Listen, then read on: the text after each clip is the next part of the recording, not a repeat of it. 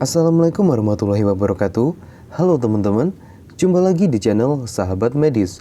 Pada video kali ini, kita akan mulai belajar bareng lagi untuk persiapan menghadapi seleksi SKB CPNS tahun 2021. Pada video kali ini, materi yang akan kita bahas adalah tentang prediksi soal dan pembahasan SKB CPNS, khususnya di bidang keperawatan. Buat teman-teman semua, khususnya dari formasi perawat, tonton terus video ini sampai selesai, karena nggak menutup kemungkinan soal-soal yang akan kita bahas nanti akan muncul di ujian SKB tahun ini. Dan sebelum kita masuk ke soal dan pembahasannya, di sini kita mau menginfokan salah satu platform yang bisa menjadi referensi teman-teman belajar untuk menghadapi seleksi SKB nanti. Platform tersebut adalah Bisa CPNS. Di platform ini tersedia beberapa formasi seperti perawat, bidan, apoteker, dokter gigi, dokter umum, dan beberapa formasi yang lainnya. Dan yang paling penting, di platform ini juga sudah disesuaikan dengan kisi-kisi terbaru dari Menpan RB. Untuk cara gabungnya, teman-teman tinggal klik linknya di deskripsi video ini. Dan jangan lupa masukkan kode voucher Sahabat Medis untuk mendapatkan potongan 30.000. Oke, langsung saja kita masuk ke soal yang pertama. Nyonya Ria datang ke IGD rumah sakit karena mendapat kabar putranya mengalami kecelakaan. Setelah ia sampai di rumah sakit, ia mendapati putranya telah meninggal dunia. Ia tampak berdiam diri dan masih tidak percaya bahwa putranya telah meninggal. Selang beberapa waktu, ketika seorang perawat mencoba mendekatinya, ia menjadi marah. Ia mempertanyakan bagaimana pelayanan dokter dan perawat di rumah sakit tersebut, sampai putranya tidak tertolong. Berdasarkan deskripsi tersebut, berada pada fase berduka manakah Nyonya Ria saat ini? A. Denial, B. Anger, C. Bargaining, D. Depresi, atau E. Acceptance. Dan jawaban yang paling tepat adalah opsi B, yaitu anger. Pada soal diketahui ada kalimat ia tampak berdiam diri dan masih tidak percaya bahwa putranya telah meninggal. Jika teman-teman berfokus pada kalimat ini, besar kemungkinan teman-teman akan memilih opsi jawaban yang A, yaitu denial.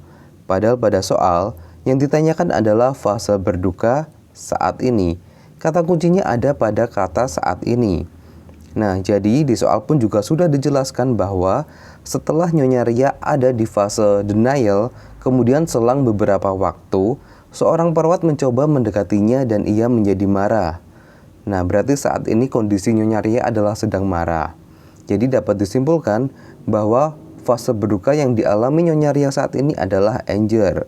Dan ia tampak berdiam diri dan tidak percaya bahwa putranya telah meninggal. Ini hanya sebagai pengecoh saja ya teman-teman.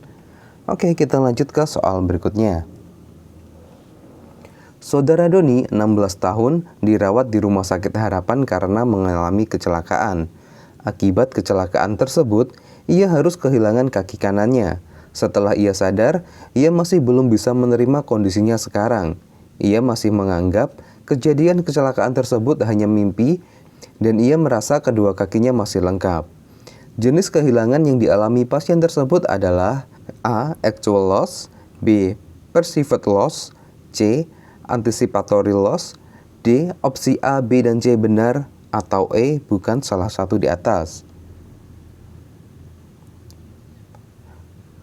Dan jawaban yang tepat adalah opsi A, actual loss. Nah, berikut ini adalah penjelasannya. Actual loss adalah kehilangan yang dapat dikenal atau diidentifikasi oleh orang lain sama dengan individu yang mengalami kehilangan. Contohnya adalah kehilangan anggota badan, kehilangan uang, kehilangan pekerjaan, dan kehilangan anggota keluarga.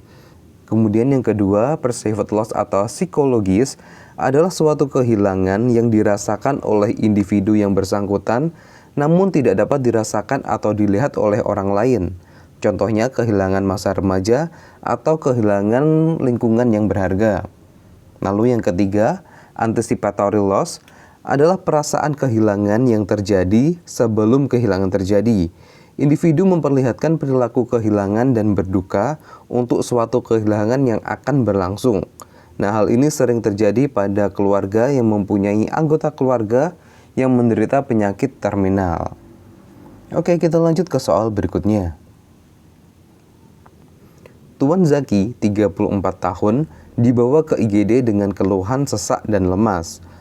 Berdasarkan hasil anamnesa, Tuan Zaki mengatakan sudah 1 minggu ini sering sesak nafas dan semakin parah saat aktivitas. Istri Tuan Zaki juga mengatakan bahwa suaminya mempunyai kebiasaan merokok sebelumnya. Setelah dilakukan pemeriksaan, diketahui tekanan darah 140/90, nadi 93 kali per menit, RR 29 kali per menit, pasien tampak pucat dan lemah. Data yang menyebutkan Tuan Zaki mempunyai kebiasaan merokok termasuk ke dalam data A. Data subjektif, B. Data objektif, C. Data primer, D. Data sekunder, atau E. Data pendukung.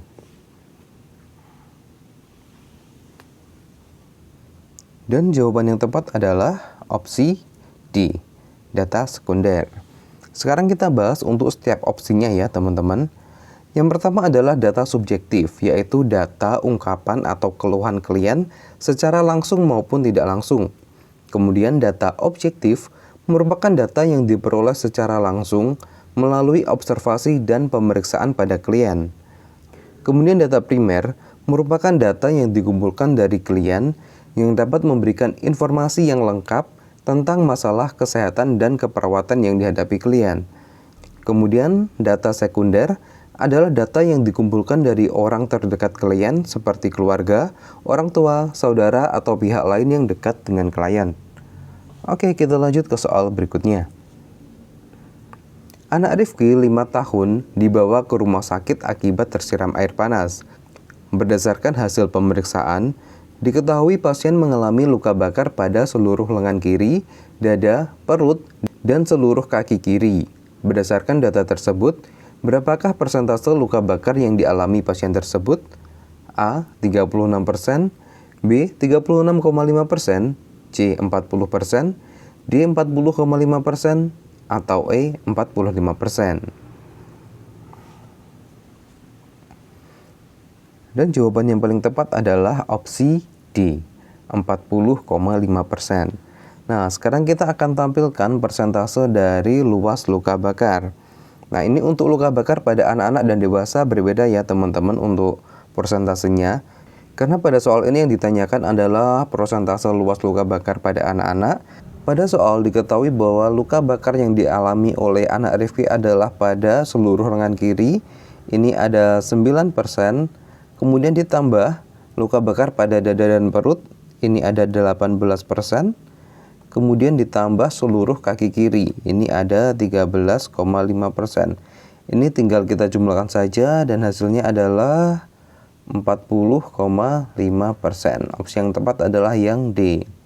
Kita lanjut ke soal berikutnya. Tiara adalah seorang perawat yang bekerja di ruang isolasi COVID-19. Setelah berinteraksi dengan pasien, ia menuju ke anterum untuk melepas APD level 3 yang ia pakai. Pertama-tama, ia mengganti sarung tangan luar dengan yang baru. Kemudian melepas penutup kepala dan baju hazmat, serta sarung tangan bagian luar. Langkah berikutnya yang harus dilakukan adalah A. Melepas masker, B. Melepas sepatu boot, C. Melepas kacamata pelindung, D. Melepas sarung tangan bagian dalam, atau E. Melepas cover shoes.